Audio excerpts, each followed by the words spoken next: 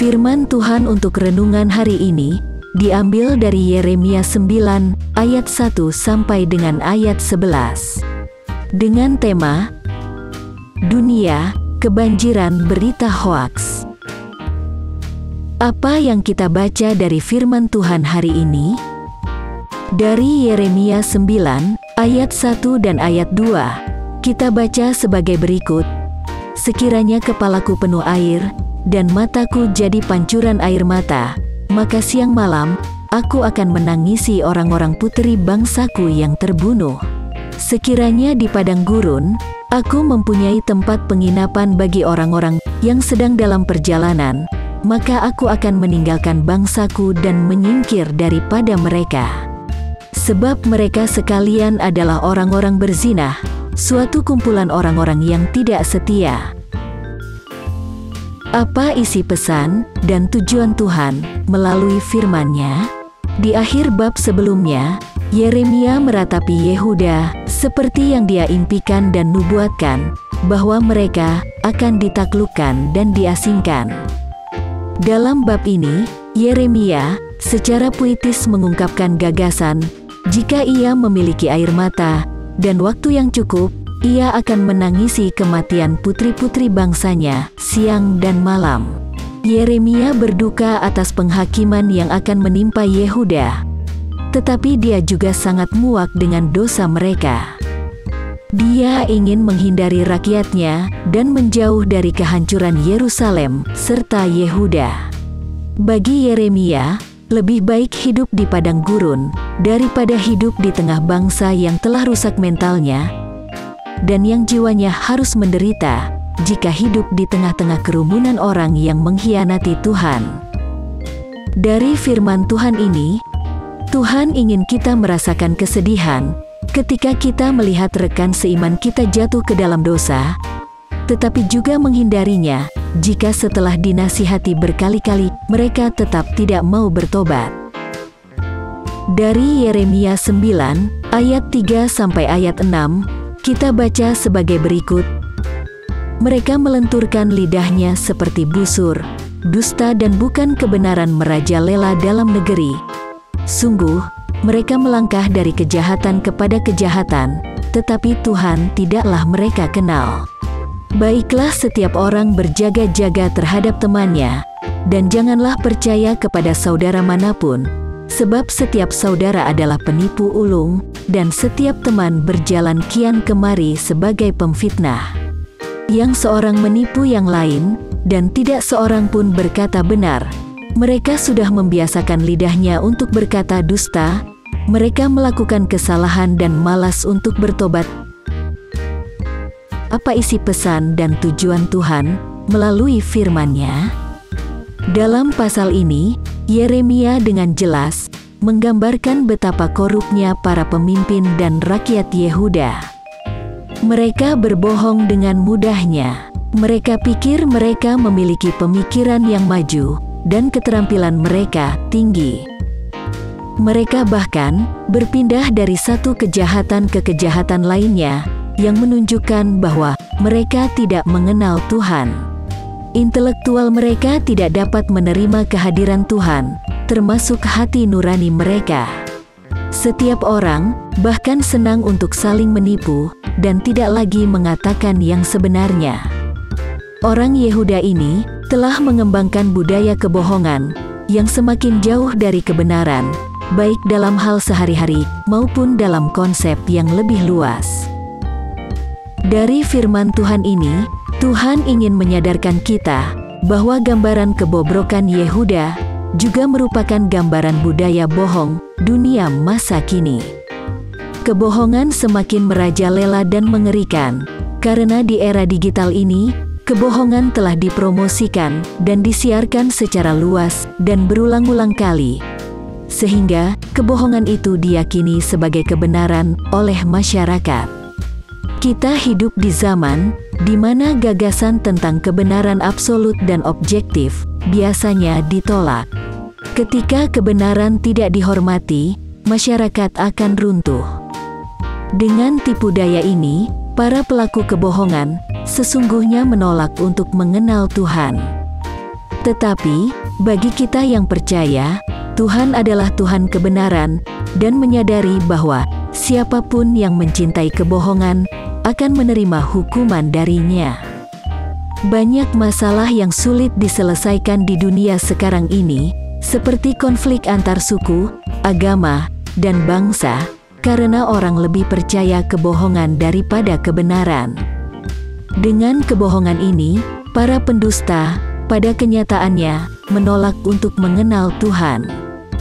Tapi, bagi kita yang percaya, Tuhan adalah Tuhan kebenaran, dan menyadari bahwa siapa yang mencintai kebohongan akan menerima hukuman darinya. Selanjutnya, dari Yeremia 9, ayat 6 sampai ayat 11, kita baca sebagai berikut. Penindasan ditimbuni penindasan, tipu ditimbuni tipu. Mereka enggan mengenal Tuhan. Sebab itu beginilah firman Tuhan semesta alam. Sesungguhnya, aku mau melebur dan menguji mereka. Sebab apakah lagi yang dapat kulakukan terhadap puteri umatku? Lidah mereka adalah anak panah yang membunuh. Perkataan dari mulutnya adalah tipu. Mereka berbicara damai dengan temannya, tetapi dalam hatinya mereka merancang pengadangan terhadapnya. Masakan aku tidak menghukum mereka karena semuanya ini? Demikianlah firman Tuhan. Masakan aku tidak membalas dendamku kepada bangsa yang seperti ini? Menangis dan merintihlah karena gunung-gunung, dan merataplah karena padang rumput di gurun, sebab semuanya sudah tandus sampai tidak ada orang yang melintasinya, dan orang tidak mendengar lagi suara ternak, baik burung-burung di udara maupun binatang-binatang, semuanya telah lari dan sudah lenyap. Aku akan membuat Yerusalem menjadi timbunan puing, tempat persembunyian serigala-serigala. Aku akan membuat kota-kota Yehuda menjadi sunyi sepi, tidak berpenduduk lagi. Apa isi pesan dan tujuan Tuhan melalui firman-Nya? Tuhan sekali lagi memberitahu Yehuda bahwa melalui penghakiman nanti, sesungguhnya Tuhan ingin memurnikan mereka seperti memurnikan emas. Jadi, Tuhan ingin menjelaskan bahwa tujuan hukuman itu bukan untuk menghancurkan, tetapi untuk menyucikan mereka. Di balik murkanya, Tuhan sebenarnya bertekad untuk menyelamatkan umat-Nya.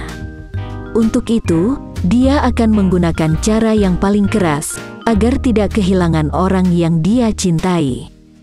Tuhan menjelaskan satu alasan, mengapa Yehuda menjadi sasaran khusus penghakiman-Nya. Penipuan yang mendarah daging, dan dilembagakan di antara para pemimpin dan rakyat Yehuda, membutuhkan koreksi yang kuat darinya. Dalam visinya tentang masa depan, Yeremia melihat kota-kota dan desa-desa Yehuda akan dihancurkan dan dibakar. Tidak akan ada peradaban, hanya tumpukan reruntuhan.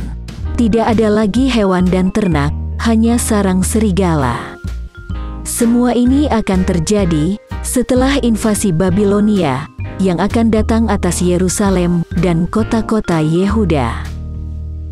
Dari firman Tuhan ini, Tuhan ingin memberitahu kita bahwa di balik hukuman Tuhan bagi manusia, termasuk kita yang hidup di masa sekarang, tidak didasarkan pada kebencian Tuhan kepada kita.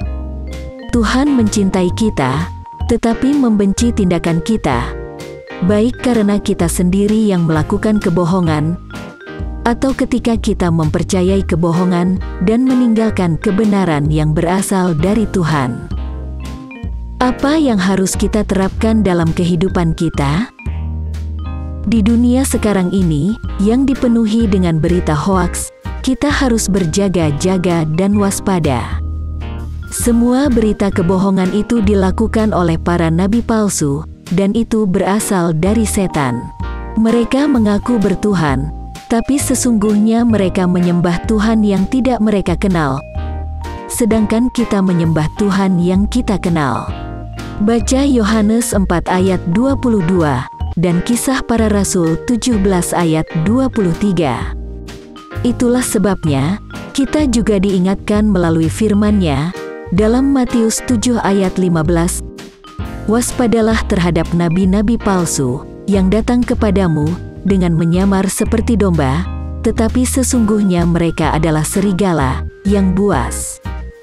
Jadi, kita harus terus berlindung pada firman Tuhan. Dari 1 Petrus 5 ayat 8, kita diingatkan akan hal-hal berikut, sadarlah dan berjaga-jagalah. Lawanmu, si iblis, berjalan keliling sama seperti singa yang mengaum-aum dan mencari orang yang dapat ditelannya. Selain itu, ketika kita menerima pesan melalui WhatsApp atau media lain, jangan terburu-buru untuk membagikannya kepada orang lain, tetapi ujilah menggunakan hikmat yang dari Tuhan. Doa hari ini. Tuhan Yesus, tolong kami untuk mampu selalu menjaga hati kami dengan segala kewaspadaan, karena dari situ terpancar kehidupan kami. Sertai pekerjaan kami hari ini, agar melaluinya, kami menyenangkan hati-Mu dan memuliakan nama-Mu. Amin. Kiranya Tuhan menguatkan kita, dan kasih karunia Tuhan Yesus menyertai kita.